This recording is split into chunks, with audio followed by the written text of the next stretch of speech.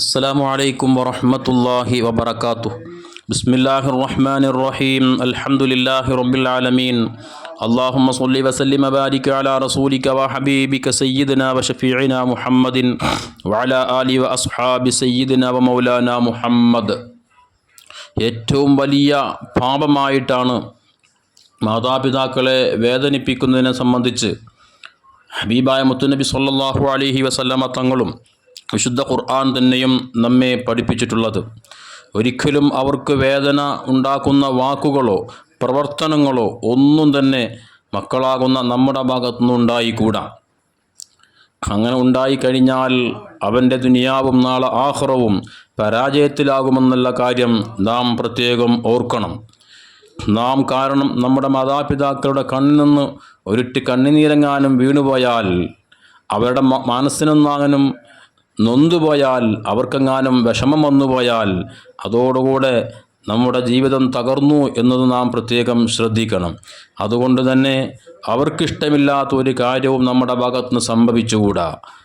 ഹബീബ് സല്ലല്ലാഹു അലൈഹി വസല്ലമ തങ്ങൾ എത്രമാത്രം ഗൗരവത്തിലാണ് ആ വിഷയം നമ്മെ പഠിപ്പിച്ചിട്ടുള്ളത്. നമുക്ക് അള്ളാഹുവിൻ്റെ റഹ്മത്ത് കൊണ്ടല്ലാതെ, അവൻ്റെ കാരുണ്യം കൊണ്ടല്ലാതെ നാളെ ആഖിറത്തിൽ രക്ഷപ്പെടാൻ കഴിയുമോ? ഇല്ല. എന്നാൽ മാതാപിതാക്കളെ പ്രയാസപ്പെടുത്തുന്ന വ്യക്തിയിലേക്ക് അള്ളാഹുവിൻ്റെ റഹ്മത്തിൻ്റെ നോട്ടം, അള്ളാഹുവിൻ്റെ കാരുണ്യത്തിൻ്റെ നോട്ടം ഉണ്ടാവുകയില്ല. അത്തരം ആളുകൾ സ്വർഗത്തിൽ പ്രവേശിക്കുകയില്ല എന്ന് വളരെ വ്യക്തമായി ഹബീബ് സല്ലല്ലാഹു അലൈഹി വസല്ലമ തങ്ങൾ നമ്മെ പഠിപ്പിച്ചിട്ടുള്ളതാണ്. മഹാനായ ഇമാം നസായി, ഇമാം ഹാക്കിം തുടങ്ങിയ മുഹദ്ദിസുകൾ ബഹുമാനപ്പെട്ട ഇബ്നു ഉമർ റളിയല്ലാഹു അൻഹുമയിൽ നിന്നും ഉദ്ധരിക്കുന്ന ഹദീസിൽ കാണാം, മുത്ത് ഹബീബ് സല്ലല്ലാഹു അലൈഹി വസല്ലം തങ്ങൾ പറഞ്ഞു, സലാസത്തുൻ, മൂന്ന് വിഭാഗം ആളുകൾ, ലാ യൻദുറുല്ലാഹു ഇലൈഹിം യൗമൽ ഖിയാമ, അന്ത്യനാളിൽ ഖിയാമനാളിൽ എല്ലാവരും റബ്ബിൻ്റെ റഹ്മത്ത് ആഗ്രഹിച്ചുകൊണ്ട്, അവൻ്റെ കാരുണ്യം ആഗ്രഹിച്ചുകൊണ്ട്, അവൻ്റെ ഔദാര്യം കൊണ്ട് സ്വർഗത്തിലെത്തണമെന്ന് ആഗ്രഹിക്കുമ്പോൾ മൂന്ന് വിഭാഗം ആളുകളിലേക്ക് അള്ളാഹു അവൻ്റെ റഹ്മത്തിൻ്റെ, കാരുണ്യത്തിൻ്റെ, ഔദാര്യത്തിൻ്റെ നോട്ടം നോക്കുകയില്ല. അഥവാ അവർക്ക് ഏറ്റവും വലിയ പരാജയം അവർക്കവിടെ സംഭവിക്കുമെന്നർത്ഥം. എന്നിട്ട് അവിടുന്ന് ആദ്യമായി എണ്ണിയത് അൽ ആഖു ലിവാലിദൈഹി, മാതാപിതാക്കളെ പ്രയാസപ്പെടുത്തിയവനാ, മാതാപിതാക്കളെ വിഷമിപ്പിച്ചവനാ, അവരെ ദുഃഖിപ്പിച്ചവനാ, അവരെ കാര്യത്തിൽ ശ്രദ്ധിക്കാത്തവനാ എന്ന് ഹബീബ് സല്ലല്ലാഹു അലൈഹി വസല്ലം നമ്മെ പഠിപ്പിക്കുകയാണ്. മറ്റൊരു ഹദീസിൽ കാണാം, സലാസത്തുൻ ലാ യദ്ഖുലൂനൽ ജന്ന, മൂന്ന് വിഭാഗം ആളുകൾ ഇല്ല, അവരൊരിക്കലും സ്വർഗത്തിൽ പ്രവേശിക്കുകയില്ല. എന്നിട്ട് അവിടുന്ന് പറഞ്ഞു, ഒന്ന് അൽ ആഖു ലിവാലിദൈഹി, മാതാപിതാക്കളെ വിഷമിപ്പിച്ചവൻ, മാതാപിതാക്കളെ പ്രയാസപ്പെടുത്തിയവൻ. അവരെ വിഷമിപ്പിക്കുക, അവരെ പ്രയാസപ്പെടുത്തുക എന്ന് പറയുമ്പോൾ അവരെ അടിക്കണമെന്നില്ല, അവരെ വേദനിപ്പിക്കണമെന്നില്ല. നാം കാരണം ഒറ്റ കണ്ണുനീരുടെ കണ്ണിൽ നിന്നും ഉറ്റി വീഴാൻ കാരണമായി തീർന്നാൽ, അത് നമ്മുടെ വാക്കുകൊണ്ടാവട്ടെ, നമ്മുടെ പ്രവർത്തനങ്ങൾ കൊണ്ടാവട്ടെ, നാം അവർക്കെതിരെ എന്തെങ്കിലും ആക്ഷൻ എടുത്തുകൊണ്ടാവട്ടെ, അവരുടെ മനസ്സെങ്ങാനും നൊന്തുപോയാൽ അതോടുകൂടെ ഇവൻ ഏറ്റവും വലിയ പരാജിതനായി മാറുകയാണ്. സ്വർഗത്തിൽ കടക്കാൻ അവനെ കൊണ്ട് ഒരിക്കലും സാധ്യമല്ല, അവനക്കൊരിക്കലും സ്വർഗപ്രവേശനം ലഭിക്കുകയില്ല എന്നാണ് ഹബീബ് സല്ലല്ലാഹു അലൈഹി വസല്ലം പഠിപ്പിക്കുന്നത്.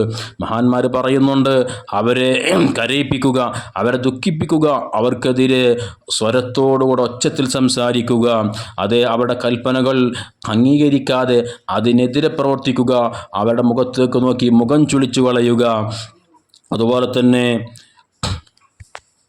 ജനങ്ങൾക്ക് മുമ്പിൽ വെച്ചുകൊണ്ട് മാതാപിതാക്കളെ ചീത്ത പറയുക, അവരെ നിസ്സാരപ്പെടുത്തുക, അവർ ജനങ്ങൾക്ക് മുമ്പിൽ വെച്ചുകൊണ്ട് അവരെ അവഹേളിക്കുക, അവരുടെ കുറ്റവും കുറവും പറയുക, ഇതെല്ലാം അവരെ വേദനിപ്പിക്കുന്നതിൻ്റെ ആ ഗണത്തിൽ പെടുമെന്ന് മഹാന്മാരാകുന്ന പണ്ഡിത മഹത്തുക്കൾ നമ്മെ പഠിപ്പിക്കുന്നുണ്ട്.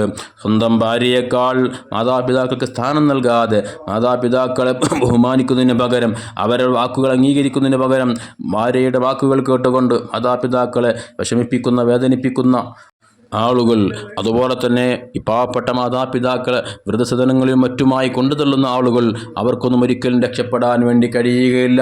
അവരെല്ലാം ഈ ഗൗരവം വ്യക്തമായി മനസ്സിലാക്കി അവർക്ക് വേണ്ടി റബ്ബിർഹംഹുമാ കമാ റബ്ബയാനി സഗീറ എന്നുള്ള പ്രാർത്ഥന നടത്താനാണ് വിശുദ്ധ ഖുർആനിൻ്റെ ആഹ്വാനം.